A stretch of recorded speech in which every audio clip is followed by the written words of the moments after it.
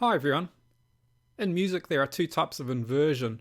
The first is probably the most familiar and occurs when the configuration of a chord or interval is changed by moving one note up or down an octave. For example, moving the C note of this root position C major chord up an octave changes it to first inversion, and moving the C note of this major third interval up an octave produces a minor sixth. The second type of inversion involves an axis around which chords or melodies are reflected or mirrored. This type may preserve exactly in the inversion the intervallic relationship between the notes of the part being inverted, or may alter them. Preserving the intervals exactly is probably more common in chromatic or atonal music, as depending on where the axis is located, the inversion may produce a different set of notes taking the figure or chord out of key. For example, if we invert this ascending C major scale around the note C, preserving all intervals exactly, a descending C Phrygian mode is produced. In this example, if the intervals of the ascending scale are not exactly mirrored, a descending C major scale may be formed.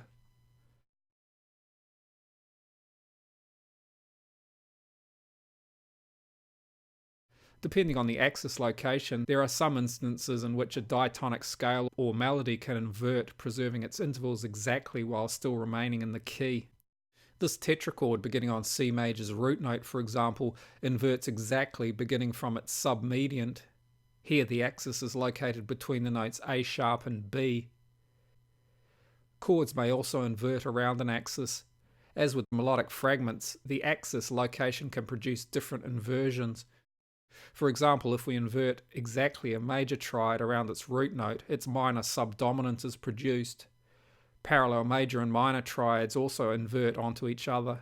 Here C major and C minor are inverted, with the axis occurring between the notes E flat and E. Another method of showing these inversions is to use a clock face with each note of the chromatic scale arranged around its 12 points. Depending on the axis location, other possible chord inversions include when the axis is located on a sus4 chord's 5th degree, a sus2 chord is produced. When the axis occurs on the 5th degree of a dominant 7th chord, a half diminished 7th chord is produced. And when the axis occurs on the root note of a minor 7th chord, another minor 7th chord a tone higher is produced.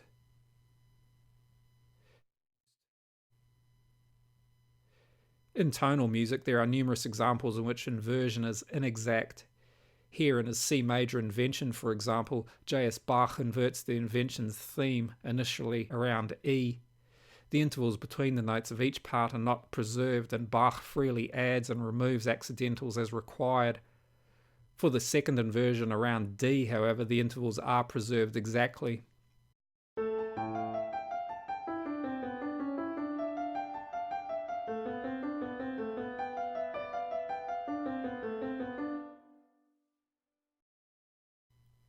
Another example of exact inversion used in a more chromatic setting occurs here, where in the first violins Bartók uses this chord consisting of a major sixth and a diminished fifth, against which he uses this chord in the violas consisting of the violin's mirror spelled enharmonically as an augmented fourth and a diminished seventh.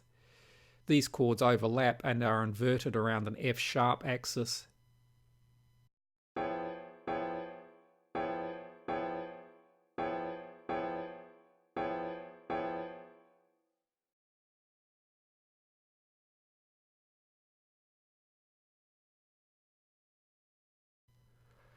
The concept of so-called negative harmony is essentially based on inverting chords around an axis. In its common usage, negative harmony uses an axis located between the notes E and E flat. Around this axis, diatonic major scale chords may be mirrored, producing different chords from the parallel minor or vice versa. The tonic chord of C major inverted around this axis, for example, produces a C minor triad. D minor supertonic harmony inverts to B flat major harmony. E minor mediant harmony to A flat major harmony, and so on.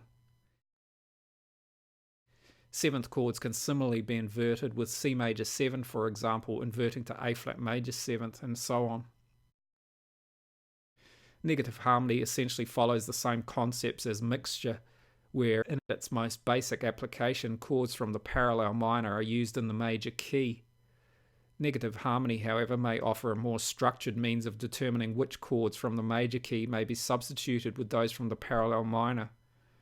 In this common progression, for example, using the concepts of negative harmony, if the supertonic and dominant seventh chords are to be substituted, we know that the following chords from the parallel minor may be used. There are, however, some substitutions which sound better than others, and as always, the ear should be the final arbiter.